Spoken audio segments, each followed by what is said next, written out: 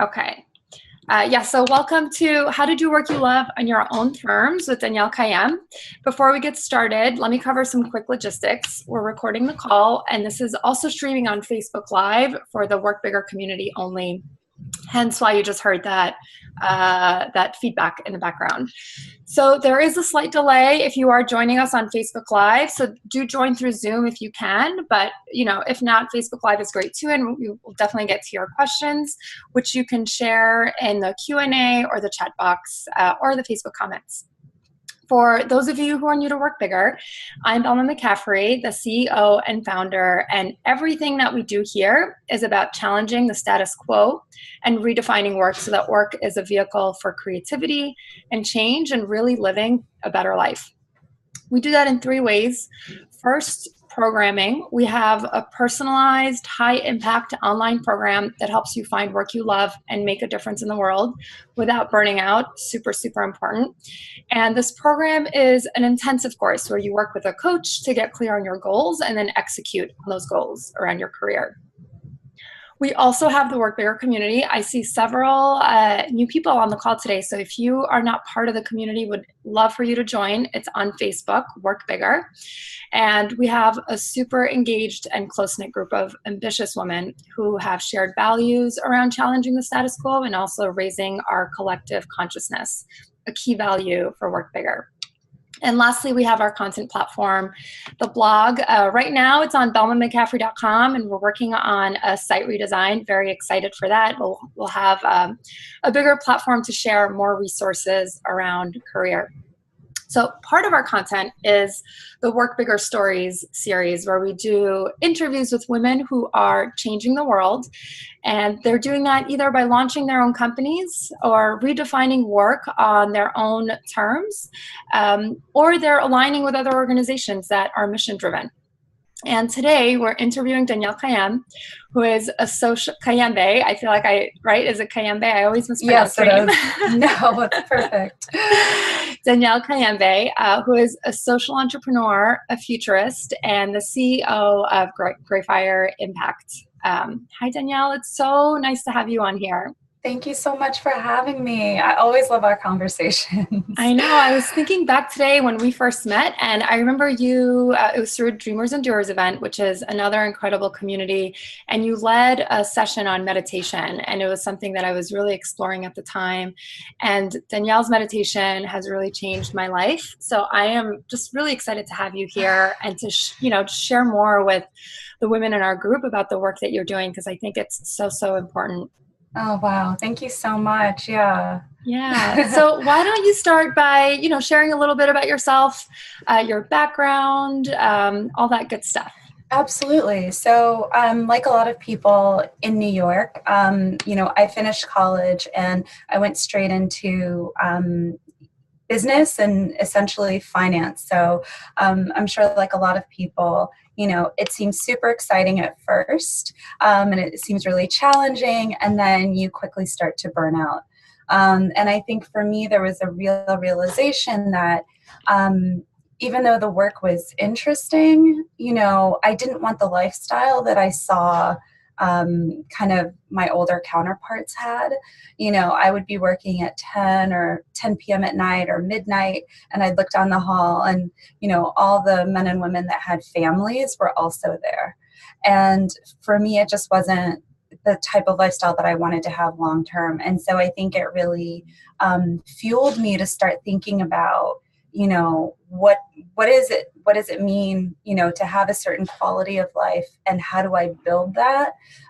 So I started thinking about those questions early. Yeah. And I feel like so many women in Work Bigger find themselves in similar situations, right? I have as well in the past, where you work for a company and there's certain values and a culture there, and you feel like to be successful, you have to abide by those rules. Right. So talk a little bit about the change that you went through, and, really how you made that transition from working in this, traditional management consulting and finance to now moving to entrepreneurship. Yeah, I mean, well, it was a gradual change because it honestly took a while to even figure out what I wanted to do and what I was passionate about and what I wanted to focus on. So it was a process. And at first, I thought the answers were somewhere in, different business models. So I was, doing looking at private equity in the developing world and, trying to kind of make an impact in that way. And then I worked for an agency and I did strategy and they were doing, global health. And I was like, oh, that's a way to kind of bring all my skills together and make an impact. And then quickly realized that wasn't the thing that it wasn't impacting, what I wanted. And so I started to just get more granular. And a big part of it for me was kind of realizing, and I think I wrote about this in kind of the interview that we did, but, kind of realizing that, women are actually the key to a lot of the larger issues. So whether it's, entrepreneurship or whether it's, global development or any of the larger issues that people talk about when it comes to impact, women are kind of the unifying factor. And I think that made me kind of sit up and go, yes, social impact is important, but there's something really important here. And I think that epiphany really shifted the trajectory of my work. And it's been interesting to kind of see how the world has changed in the last few years since I made that change in direction. And now there's so much focus on women. So it's really exciting. So what I would say to anyone is, if you follow the things that you're passionate about and that really resonate with you, they're going to resonate with other people. And there's a reason that you're feeling called or that you're seeing certain patterns or having a certain vision of the future. And I think that my vision was and kind of my heart were far ahead of where the world was at that time. So I'm glad I didn't compromise. I'm glad I kept kind of pursuing, these really specific paths. I love that. I want to talk a little bit about the epiphany that you mentioned. So yeah. I see that just, whether it's with the Work Bigger program or in our community, I feel like having that epiphany for many of us can feel like it takes forever. Can you share, right? It's because you have to go through so much and you have to keep going basically with whatever it is you're doing and trust that it's going to happen. Yeah. Can you? I would love to hear more about that epiphany, and then maybe if you recall any moments that brought you closer to it. Yeah, I mean, I think that it was a lot of little things, and the thing that I realized in looking back is that there were a lot of stray thoughts that I'd had. And it was kind of there were these questions that kept popping up for me. Why is this uncomfortable? Or how is this problem? Why has this not been addressed yet? Or this seems really logical to me. Why is no one doing this? There were all these little questions about, times I'd been uncomfortable or ways that things were represented. And honestly, there was also just such a gap between my experience of my female friends and their perception of themselves and what I was seeing represented in the world. And I remember that there were things like that. I'd have conversation with female friends of mine who I think are literally walking geniuses, and they would poo-poo their work. And I was like, you have double engineering degrees from Stanford and, ran studies for the city of Atlanta and did all of their, whatever. And then you created sustainable development products from scratch for a huge portfolio. And there was this gap between kind of these conversations I was having and what I was seeing reflected in the wider world. And so I feel like it was kind of these little sparks and the conversations And that's what I think started to really lead me to this epiphany of like, wow, if you're looking at development and you're looking at social impact and you're looking at all of these pieces, you're looking at the business world and entrepreneurship, women aren't represented. And the competency and the brilliance that I see among the women I know, and even in my own personal experience, aren't being reflected in any of the solutions being created. And I think that was, those were kind of all the little things along the way. It's easier when you look back. It's easier when you look back because then you see all the little sparks. But yeah, there ultimately was this kind of big epiphany of like, oh my gosh, like, yes. And then that was the first epiphany. And then the second one, the first one was like, I think the one that a lot of people go through, which is like, wow, this is a moral issue. Like, look at these numbers. It's so unbalanced. And this is wrong. And let's talk about equality. And like, isn't this like, I think it was a much more like kind of like emotional response. And then what happened is that I suddenly realized like, wow, look, my background is business and banking. If you want to get people excited about things, you actually have to like show them the opportunity. And I remember coming across a chart that said women are the next China. And I had like almost like a physical meltdown. I was like, oh my God, I've never thought about it that way. And I got so excited and I was like, this is it. This is it. And so that kind of, I've been living with the information, but then kind of that second epiphany of like framing it differently and shifting the narrative about it made me really excited, because it's one thing to say there's not enough women getting investment. It's another thing to say, you know, women are 85% of consumers, but only getting 2% of investment dollars. That's a huge arbitrage opportunity for the right investor. And that makes people engage with it in a different way. And so that was kind of like the path that got me to really kind of craft what I was doing and the messages that I was using around women and social impact. And that's what's really been driving the work I've been doing.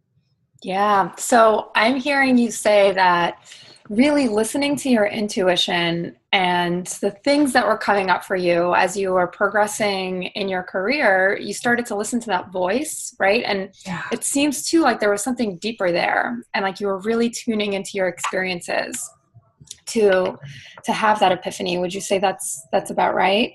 Yeah, absolutely. Yeah. Absolutely. So with that, can you talk a little bit about your mission and the work or the impact that you're looking to make? Absolutely. So I'm really excited about that. So my overall mission is really empowering women, and I do it around 3 pillars. So I say women, social impact, and innovation. I have 3 projects that I kind of work on loosely at different times. The first is GreyFire, which I founded, and we create really unique social impact opportunities that try to mesh business and development and impacting both women and underrepresented groups. So for example, one of the first projects we did, we brought a team of investors from Silicon Valley, so the Techstars, 500 startups. We brought them to tour tech hubs, accelerators, and incubators in Lagos, Nigeria. And we engaged with female founders who had, there's a woman named Sheree Robinson. She had a startup called Tastemakers, and we actually had her curate all of the events. So kind of the dinners, the cultural events, bringing kind of a local flavor. And then we also partnered with groups like She Leads Africa, which is similar to Dreamers and Doers, but in Africa. So it's a Pan-African network that supports female entrepreneurs. So we brought these investors, we had them participate in demo days, but then we had them really engage with the culture. And then we highlighted female-founded enterprises at the same time. And that's really become kind of like a recipe for the other things that we do, just trying to think about how we can impact female entrepreneurs, the local economy, as well as, kind of the local founders and things like that. So what's come out of that is that we've kind of narrowed that mission. So on the one hand, we work with female founders, typically female founders of color. We help them kind of scale their businesses, and we help them raise capital. So we've raised about $250,000 each for two different female founders of color in the last 6 months, which we're really excited about. And then the other thing we do is we take on advisory work with large companies. So recently we helped Microsoft incubate cohorts of social impact founders that they have in Africa. So we went in and created investor workshops and worked really closely with them to kind of kick the tires on their business model. So Microsoft provided all the technical stuff, and we did all the kind of the business consulting and support. So those are the types of things we do. And I love having that mix of, we do, kind of more traditional advisory work, but with a social impact edge. And then we also get to work one-on-one with female founders and helping them grow, and also get kind of go through those initial phases as they're launching to get capital and manage that process. So that's really exciting. And then I do a lot of public speaking as well. So I'm kind of a thought leader. And then I guess the other thing that I do is, as you mentioned, I also have developed a set of meditation techniques that are designed specifically for women. Because when I was meditating for years under really traditional practices, I realized there was a gap that wasn't being met for women in that space. So I kind of saw that gap, went out and filled it for myself, and then quickly realized that those tools could really help other women. So that's become essentially kind of a corporate coaching business where I do workshops for companies, and I coach female entrepreneurs and female executives. Amazing. I love it. Can you share a little bit about just the challenges that come up every day as an entrepreneur? Because I know that we have a lot of women in the group who are early stage entrepreneurs, and I think it would be a great way just to prepare them for what's ahead, and to prepare, in tackling some of those challenges. Wow. Which type of challenge? Where do you even start? There's so many. I think one of the most important things, I've kind of stepped out of different corporate jobs. I would take breaks and I would be an entrepreneur. I would have a side hustle. I had a little organic product business at one point. I've always really been interested in this. The thing that's really been different this time is that I had a network that had my back, and it's made all the difference. It's really hard to do it all yourself. It's really hard. And being an entrepreneur means that you're filling 10 different roles. You're the CEO, you're the CFO, you're the graphic designer, you're the accountant, you're the janitor, on top of all the other things going on in your life. So having a network, first of all, it keeps you from going crazy. You need an outlet. You need people that relate to what you're doing. There's a lot of information that you learn just from osmosis, just from seeing other people's conversations and seeing other people's questions. What's been really important for me is being able to see women at different stages of their journey and see their decision-making process, whether to take money, whether to self-fund, whether to build a different type of business model. So just seeing all those discussions. But I think most importantly, you need a wide range of resources. You need a really wide range of resources. And women are going to just be more helpful in sharing those resources with you.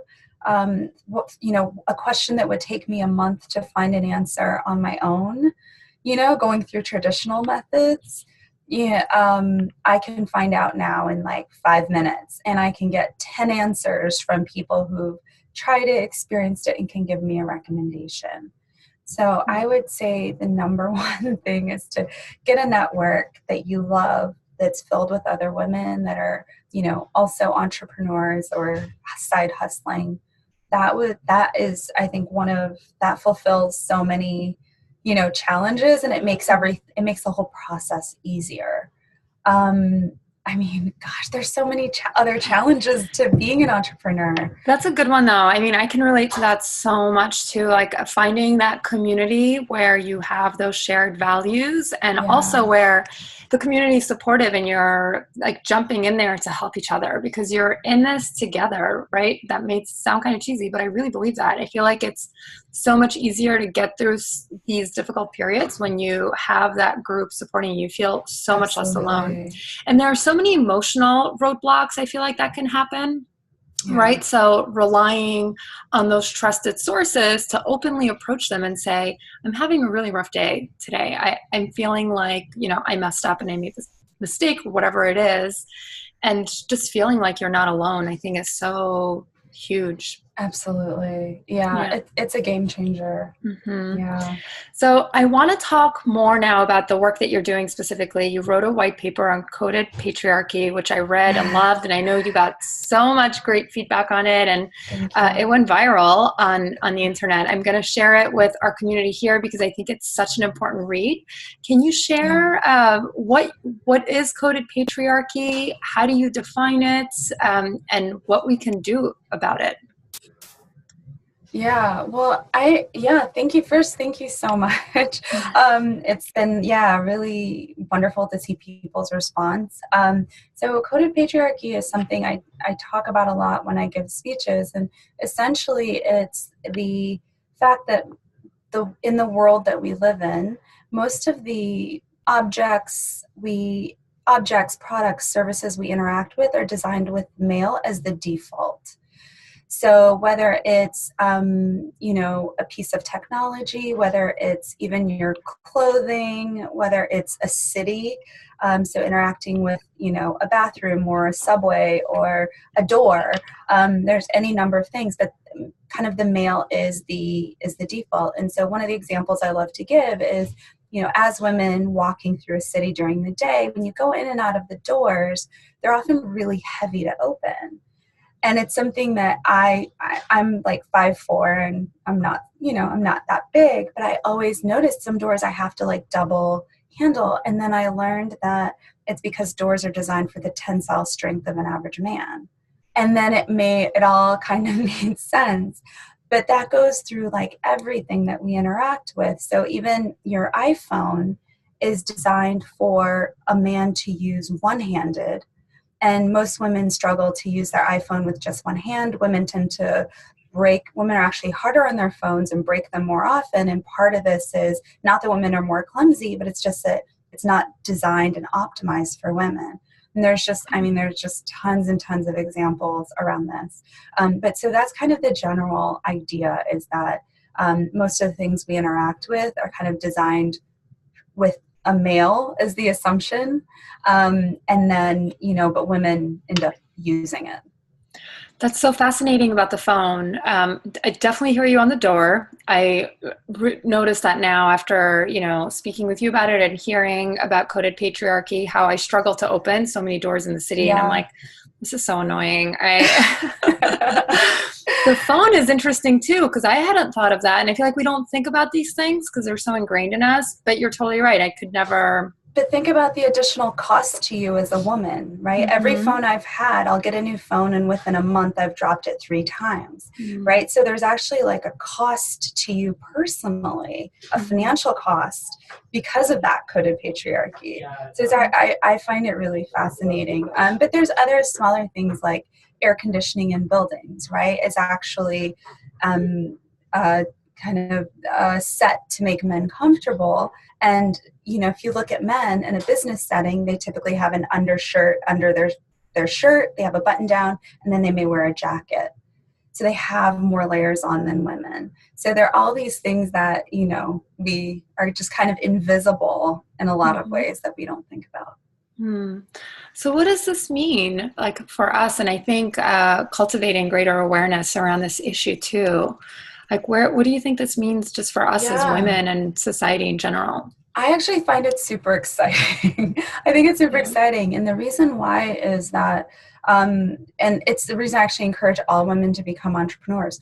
I actually think that all of these, essentially the world that we're living in right now, some dude made it up, right?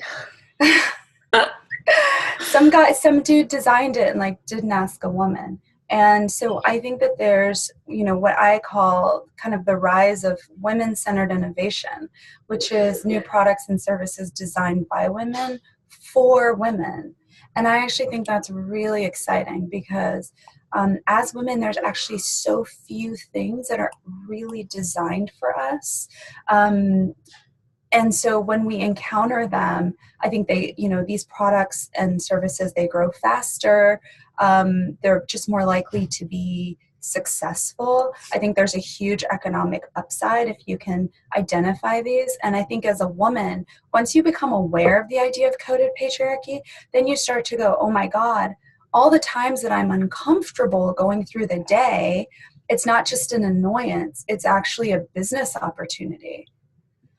So I look at, like Mickey and Rada, who started Thinks, and they were like, we're tired of having menstrual accidents and leakage. And they decided to create, Thinks. And I mean, the thing I find so fascinating about what they did is they took, I'm a skier, and if you ski or you do a lot of outdoor sports, you're used to kind of this high performance fabrics.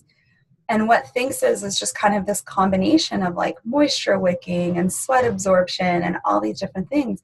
But because a bunch of dudes were just using it to go motorbiking and skiing, no woman was ever sitting there going, wait a minute, I could do something else with this. And so I think that's, and they have, their company is worth, probably $20 to $50 million, if not more. And, just what Jessica Alba did with Honest Company in terms of her pain points as a new mom and kind of all the research she was doing and wanting products for her baby that were organic.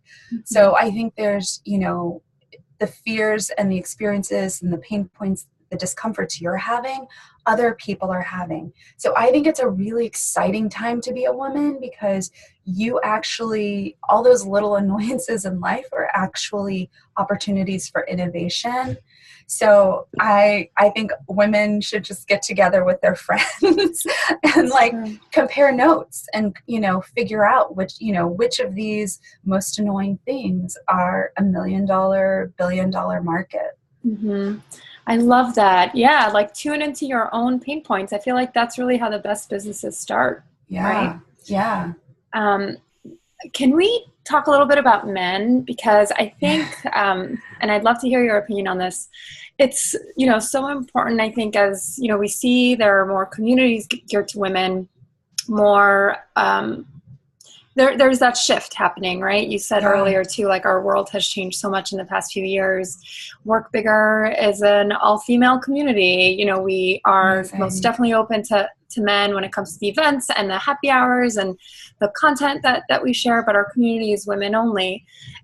With that being said, I think it's so important to integrate with men and also educate them through this process, right? Because a lot of these issues are societal, and I feel like it's so important to have a conversation. What is your perspective on, I guess, just men in this whole thing, and how can we educate our male friends, colleagues, really men in our lives on some of these issues? I have the totally opposite take. I actually do not think it's women's jobs to educate men. I think men need to be accountable for their own growth, and I think that's really important. I think that's something that they need to take responsibility for. I think it's really important for women to have their own spaces. Part of the reason is that we can talk about equality, and I think we're doing a lot to get there. But even once you have it, the question still is, what is a woman and what is a free woman? And what is a fully embodied, vital, successful, happy, thriving woman look like? Yeah. Because right now we don't live in a society that is conducive to that or that generates that. So I think that women actually need space to become women and to figure out what it actually means to be a woman. And I think that's a journey that you can't take in a form that's integrated. That's a journey that women need to take together as a collective. And then I think, then come to the table as a full woman. But I think that, it's right now, I think in a lot of ways as women, we're kind of, as a collective, we're kind of still teenagers. You know what I mean? And we're kind of still teenagers. And we don't really know what it means to be a woman who's like fully actualized, self-actualized. We don't, we don't know what that means. And so I think when people talk about integration, it's like integrating who with what. We need to become full women and like grounded in our power and opening up our own space. Like no one can give you equality. No one can give you equality. You need to walk into a room and say, this is the space that I claim. And I think that's part of the journey that women need to own and to go through that process. Because if you're waiting for someone to kind of, I don't want what a guy has. I'm not interested. There's, I'm not trying to take away from whatever the current patriarchal, I'm not trying to take something away from men. This is an internal journey as a woman. And I want to take up space as a woman. And, that's what I want to embody. And that's the energy that I want to have. And do you know what I mean? And I think that's a really different discussion. And so I think integration, sure, once women have done their healing and can say, this is the space that I want and this is how I want to inhabit it. Once women are whole people, and then once men have gone through their process of self-education and have also kind of gone through their healing process from what patriarchy has done to them, and they emerge as whole people, then you can have a conversation. Yeah, that's fascinating. Yeah, so what you're saying is really continuing to focus on our own growth, because it's been a long time coming, and I think a long time of where we haven't had the opportunity to experience that growth. I hear stories like just from my mom's generation about how life even back then was so different, and we've come a long way, but I think that there's so much more that that we need to work through. So what I'm hearing you say, and this is a different perspective, I feel like and I really appreciate it, honestly, like focusing on ourselves and allowing men to also just listen, like have them listen, but rather like not put the onus on us to provide that education, really them being responsible just to listen. And then once we have all healed and we come together, that's really fascinating. I love it. I'm a big fan of everyone kind of taking accountability for their own growth. And I think that's important. You can't give someone freedom. You can't give someone intelligence. I think it's, freedom is something that you have to kind of wake up to knowing that you have in order to act on it. Yeah. So that's really the start, is that internal journey. And it's not kind of an external, because the external discussion is still based on a world that's fundamentally unequal. And that conversation is always going to be about how we can fix women. What can women do differently? And that's not right. That's not the right conversation. Right. Completely agree. I'm really curious to hear what the women in the community think about this. And, I'm going to check now to see if there are any comments coming in. Teresa wrote, yes, responsibility. Yeah, I love that. But feel free to share. I know we're coming up on our time. So if, questions are coming up or comments on this conversation, please feel free to leave it in the chat or in the comments. I do have one more question, Danielle, and this is changing a bit of a direction from, where we are right now. But I've loved hearing about your journey going from the traditional workplace to what you're doing now, and then diving deep specifically encoded patriarchy, and really what we can do to move past that as women and focus on our healing and our growth.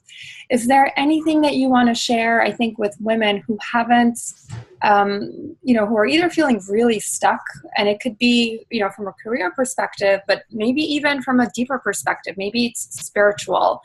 What are some things that we can do to get unstuck and to make progress with our own healing? Yeah, absolutely. So I'd say in terms of work, like getting unstuck, like a lot of times it starts with like your career and kind of what you're doing every day.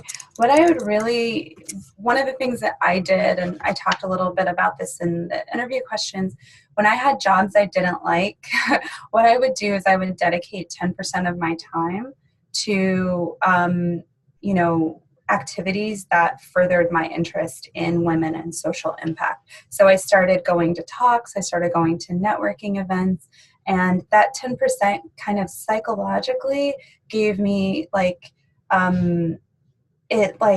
it's hard to explain, but it's almost like unless you have an outlet, you start to kind of subconsciously self-sabotage in a lot of ways in other parts of your life. So having that 10% where you commit to yourself, I'm going to go to a talk, I'm going to go to a networking event, I'm going to go have tea or coffee with whoever, that starts to kind of get you moving towards your goal. And the thing that I found that happened really organically is really soon that 10% became 20%, became 30%. And then, I suddenly had kind of this whole new network and this, new group of, contacts and interests. And then I was able to transition much more easily later when I was ready to make a move. But I use that 10% rule in other parts of my life as well. And that I feel like that's a lot of what keeps me balanced. I carve out 10% of time for creativity, for example. So I love going to flamenco shows. I love live music. I love museums. Anytime there's like the Armory show or the Whitney Biennial, like I love going. I love engaging with, creative ideas and creative minds. So those are my areas. But that's my 10% that keeps my creative juices going. And then I also have a 10% that's about self-care and taking care of myself. So really learning to indulge in desire, learning to indulge in pleasure. That is a whole journey, I think, as women, that we're kind of told to kind of have shame or guilt around, things that we desire. So unless it's food, right? It's kind of like, so things like, food or sex, it's really weird, right? So it's like food is really sexualized, but it's also, there's a lot of like shame around it. So all these chocolate commercials are like, treat yourself and indulge and like, right? But there are these really strange, like unhealthy messages. And so for me, starting like making a real effort to create healthy relationships with my desires, celebrating my desires, celebrating myself as a woman, and then starting to build a community of other women who share that and finding outlets for that, going to talks with women who teach Tantra or who've gone through, different types of like sexual practices or sexual healing practices. All these things are so important, and they open up so many other parts of yourself that I think as women, a lot of times we leave unexplored, and they're so rich. Yeah. You're familiar with Seth Godin, right? I think you've mentioned it to me before. He's one of my heroes. Work Bigger has been, he's really inspired me a lot in creating Work Bigger. And even though I agree with so much of what he writes, he wrote a post not too long ago on pleasure. And this is the one thing that I really disagreed with him on. And it's this idea, I think we've come to believe that pleasure is kind of bad, or that it comes from a place of ego. And I think like what you're calling out right now and what we're talking about, it's so important to differentiate because pleasure is so key in enjoying the process. And I feel like otherwise you're really depriving yourself. And I Yeah. think especially when you're driven and you're ambitious, we're told to work in that like more male way of keep your head down and work your ass off and like just grind. And I know that that's how I operated since I was a little girl because I didn't Wow. know anything better. So Right. it's only until recently that I started to open up to this pleasure or joy and really integrating that. Like you said something about balance, which I think is huge. Integrating that in your work and in your life and making it a true priority. Yeah. It builds your creativity. It also makes you so much happier, makes you enjoy the process, no matter what it Yeah. is you're doing. And I don't think that message is shared enough in Yeah. life. So, Yeah. yeah. One of the last things I'll say is, one of the things that's changed my life a lot is spending time in women's circles. So the last couple of years, I joined a new moon group and a full moon group, and it's intergenerational. So you're sharing space and sharing time with, a whole range of women. And what happens, of course, is that you all start, talking about yourselves and your experiences as women and how different women are embodying their femininity. And I remember the most like surprising thing I heard another woman say is that she buys bolts of silk for her period because her vagina only bleeds on silk. And Oh I remember it was just like all the things. It was just all the things because I was like, just was so luxurious. Yeah. And so unapologetic. Mm-hmm. And just, I mean, she just owned it, even just the way she said it. And I remember just thinking, I've never asked my vagina like what she wants to. And so it was fascinating to me that just that one comment like opened this whole window to like, oh my gosh, there are women who have these whole rich practices around how they engage with themselves and their bodies, every as part of their weekly or monthly life. And I just found that so fascinating. And so I feel like I gained so much rich knowledge that's made me really go deeper inward and ask myself more questions about what I experience and how. So I mean that's just one of my that to me is like someone who has a lot of self-love, right? And I feel like we don't have enough self-love to treat ourselves in the most luxurious ways sometimes. And I know that varies for everyone, but to me, when you share that, that's what I think. Like this woman really values herself, and that's pretty awesome. Yeah, that blew me away. Yeah, me too. I think everyone else too on this call. Sure. Thank you so much, Danielle. I know we are past our time, so I'm going to let you go. But before we do that, I'm going to share your white paper on here and how the ladies can find you. But I'll let you share that. How can everyone find you from here? Yeah, so I'm on LinkedIn, just as Danielle Kayembe. I'm on Facebook. I have a public page on Facebook, and I'm also on Twitter at K Kayembe, and I'm also on Instagram. Awesome. Thank you so much. And I've shared your info to her in the chat. I'll share it on the Facebook Live. And, the last thing I'll say real quick is tomorrow we have a few things coming up. So make sure that you tune in to Facebook again. And then if you're not part of the Work Bigger community, I'm going to follow up with this recording, the link to our chat, and also a link to join the community if you're not part of it already. But Danielle, this has been so much fun. I've loved chatting with you. I feel like if we had more time, we could have probably kept going until 2:30 or so, but I think so. Thank you so much for, just being here and sharing your insights, your transitions. And, I've had a lot of fun, and thank you. Oh, thank you so much for inviting me, and happy to follow up with any questions you might have. Thanks so much. Awesome. Thank you so much. Chat soon, everyone. All right. Bye. Bye.